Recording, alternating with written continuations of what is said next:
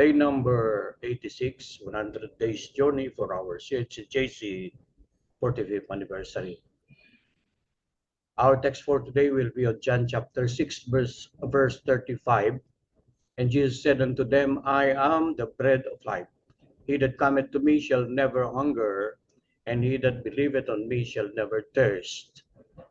Kung pagmamasdan ng mga tao sa kanilang kaabalahan, pagkagising sa umaga, makikita natin na sila ay nagmamadali upang sila ay pumasok sa trabaho o kaya gawin ng mga gawain upang sila ay kumita at may buhay sa kanilang sarili.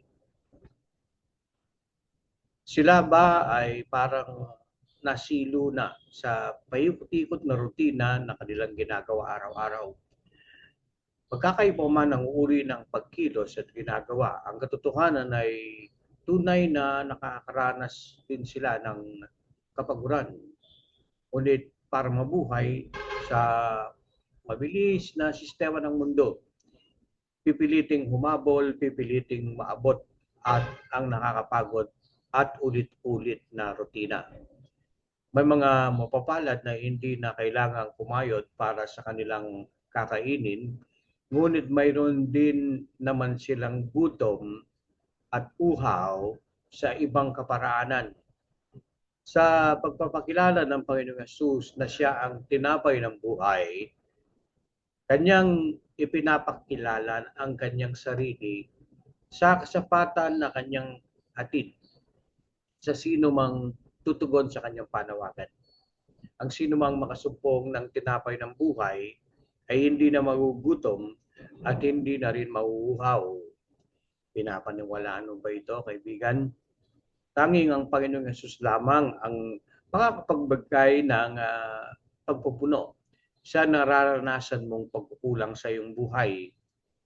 Hindi yan matatakpan ng karunungan, hindi rin may bibigay yan ng katanyagan at yaman o salapi. Walang mga bagay dito sa mundo ang makakapagbigay ng lunas sa gutom at kauhawan sa iyong buhay. Dahil ang malaking puwang at gutom at paghahanap na yan ay mapupuno lamang ng tunay na tinapay ng buhay.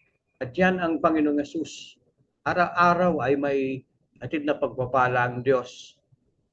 Kamtan at maranasan mo ang ginhawang iyong hinahanap sa gutom at uhaw, spiritual man yan o pisikal. At ang nagbibigay ng solusyon ay ang Panginoong Jesucristo. Tayo manalangin. Panginoon, salamat po dahil sa pangangailangan namin bilang tao, bago pa kami isilang at araw-araw ay nariyan ang mga pagpapala na handa mong kaloob sa amin. Ngunit ang nararapat lamang ay hanapin ka namin at kapag nasumpungan, merong pagpapalang hatid sa aming buhay. Inyong ingatan ang mga kaibigan, mga kapatid na kapiling namin ngayong umaga na kanilang maranasan ang kasapatan ng iyong biyaya. Sa pangalan ni Jesus, Amen.